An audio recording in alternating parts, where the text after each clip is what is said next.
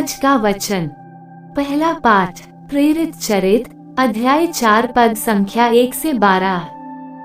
पेत्रुस और योहन लोगों से बोल ही रहे थे कि याजक, मंदिर आरक्षी का नायक और सदूकी उनके पास आ धमके।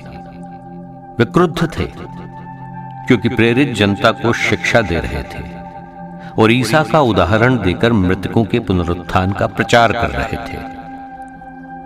संध्या हो चली थी, इसलिए उन्होंने उनको गिरफ्तार कर रात भर के लिए बंदी गृह में डाल दिया। जिन्होंने उनका प्रवचन सुना था उनमें बहुतों ने विश्वास किया। पुरुषों की संख्या अब लगभग 5000 तक पहुंच गई। दूसरे दिन यरूशलेम में शासकों, नेताओं और शास्त्रियों की सभा हुई। प्रधान याजक अन्नस, कैफस, योहन, सिकंदर और महायाजक वर्ग के सभी सदस्य वहां उपस्थित थे। वे पेत्रुस तथा योहन को बीच में खड़ा कर इस प्रकार उनसे पूछताछ करने लगे, तुम लोगों ने किस सामर्थ्य से या किसके नाम पर यह काम किया है?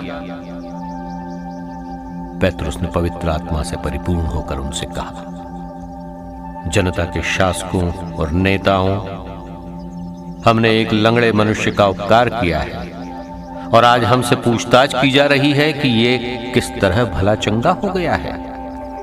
आप लोग और इज़राइल की सारी प्रजा ये जान ले कि ईसा मसीह नाज़री के नाम के सामर्थ्य से ये मनुष्य भला चंगा होकर आप लोगों के सामने खड़ा है।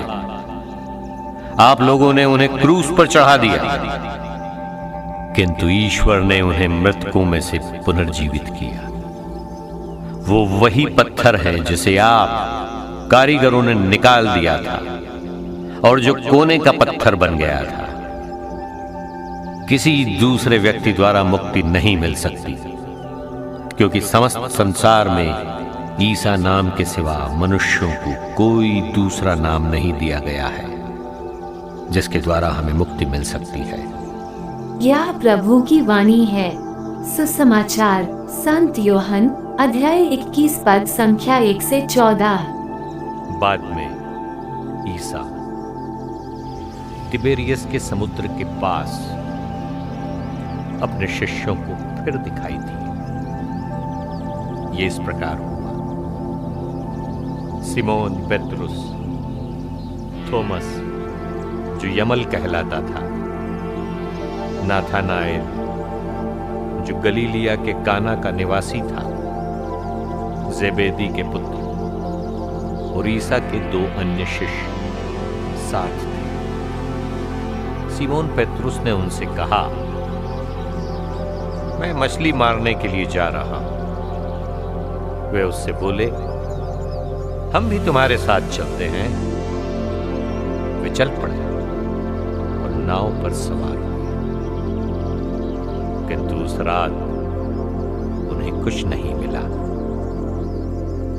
सवेरा हो ही रहा था कि ईसा तट पर दिखाई दिए, किंतु शिष्य उन्हें नहीं पहचान सके। ईसा ने उनसे कहा, बच्चों, खाने को कुछ मिला? उन्होंने उत्तर दिया, जी नहीं। इस पर ईसा ने उनसे कहा, नाव के दाहिनी ओर जाल डाल दो और तुम्हें मिलेगा। उन्होंने जाल डाला और इतनी मछलियां फंस गई कि वे जाल नहीं निकाल सके। तब उस शिष्य ने, जिसे ईसा प्यार करते थे, पेत्रुस से कहा, ये तो प्रभु ही है। जब पेत्रुस ने सुना कि ये प्रभु है, तो वो अपना कपड़ा पहनकर, क्योंकि वो नंगा था, समुद्र में कूद पड़ा। दूसरे शिष्य मछलियों से भरा जाल खींचते हुए डोंगी पर आए। वे किनारे से केवल लगभग 200 हाथ दूर थे। उन्होंने तट पर उतरकर वहां कोयले की आग पर रखी हुई मछली देखी और रोटी भी। ईसा ने उनसे कहा, तुमने अभी अभी जो मछलियां पकड़ी हैं उनमें से कुछ ले आओ। सिमोन पेत्रुस गया और जाल किनारे खींच लाया।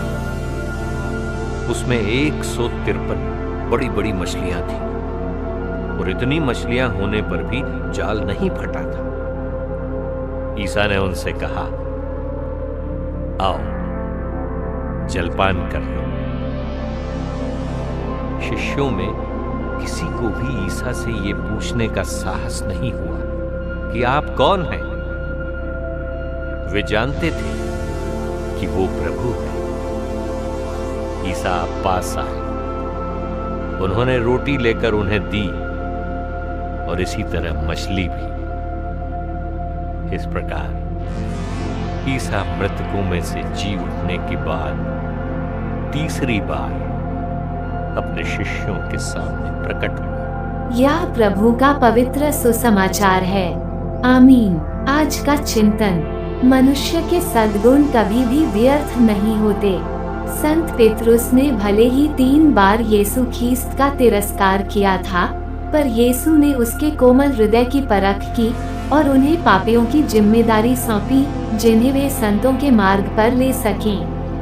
ठीक उसी प्रकार जो हमें निरर्थक सा लगता है, उन्हें ही ईश्वर सार्थक बनाते हैं। यीशु ने जिन्हें लोगों का अगुवा बनाया था, उनकी मृत्यु के तत्पश्चात अपने पुराने व्यवसाय में लौट गए, क्योंकि उन्हें आगे का रास्ता पता नहीं था। पर इमाउस के शिष्यों की तरह उन्हें यीशु ने पुनर्निर्देशित किया। नाश्ता पर उन्हें मुस्कुराकर आमंत्रित करते हुए उन्होंने अपनी मित्रता को उजागर किया।